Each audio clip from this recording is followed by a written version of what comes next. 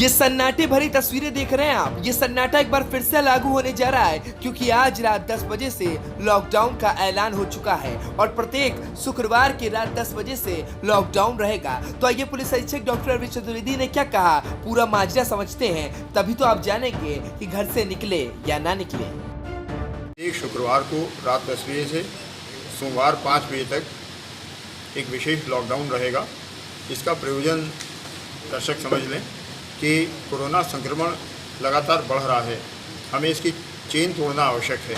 इसलिए सरकार ने निर्णय लिया है कि हम इस चेन को तोड़ने के लिए ये 2 दिन का लॉकडाउन कड़ाई से रखेंगे।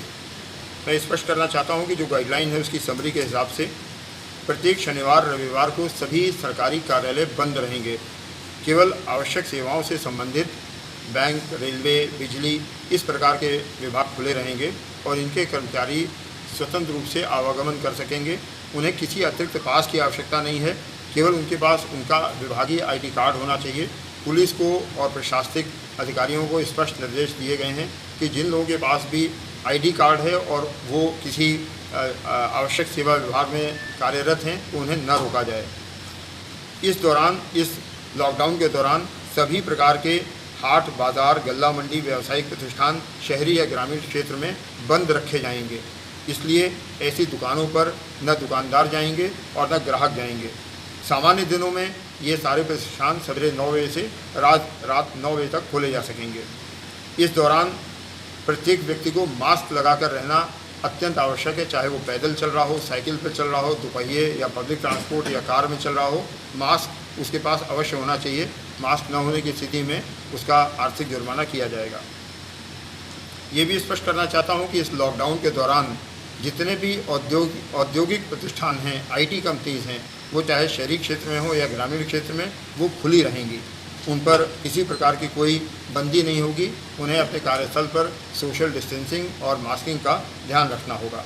इस दौरान जितनी भी आवश्यक सेवाएं हैं, चाहे वो चिकित्सा सेवा हो, सफाई कर्मी हो या इससे जुड़े हुई डोर टू डोर सप्लाई सेवा हो, वो खुली रहेगी। जितने भी परिवहन के साधन हैं, भारत सरकार का रेलवेज या स्टेट गवर्नमेंट का रोडवेज ट्रांसपोर्ट, वो खुला रहेगा। जो मालवाहक वाहन हैं वो पूर्व की भांति वो चलते रहेंगे।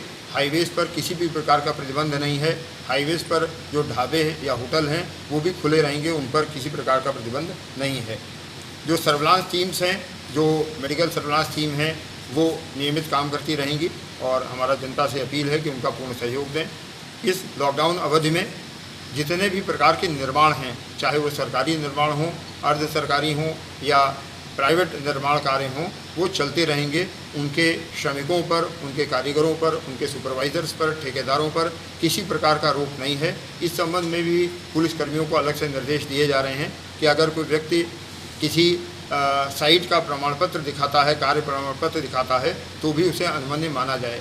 मैं जो हमारे दर्शक हैं उनसे भी अपील करता हूं कि अगर आपके यहाँ कोई काम चल रहा है तो आप ठेकेदार से कहें कि अपने श्रमिकों को भी इस प्रकार का एक प्रमाण पत्र दें कि फलानी साइट पर दिनांक इतने से इतने तक कार्य चल रहा है जिसमें ये श्रमिक अनुबंधित किया गया है, जिससे कि उस व्यक्ति को सड़क पर किसी समस्या का सामना न करना पड़े।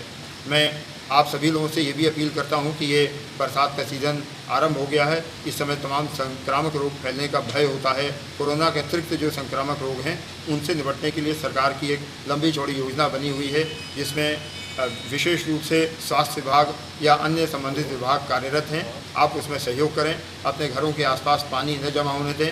विशेष करके आपके घरों में रखे हुए कूलर या आपके पौधों के गमले, उनमें पानी न जमा हो, इस बात का सहयोग करें। अपने घर के आसपास पर्याप्त सफाई रखें और नगर पालिका और स्वास्थ्य विभाग का पूर्ण सहयोग करें। धन्यवाद। तो पुलिस अधीक्षक डॉक्टर अरविंद चतुर्वेदी की बातें सुनकर के आप पूरा माजरा समझ गए होंगे। तो दिए गए गाइडलाइंस का पालन करिए और घर में रहिए, सुरक्षित रहिए। अगर आप हमारे चैनल को YouTube पर देख रहे हैं तो चैनल को सब्सक्राइब करें, लाइक करें।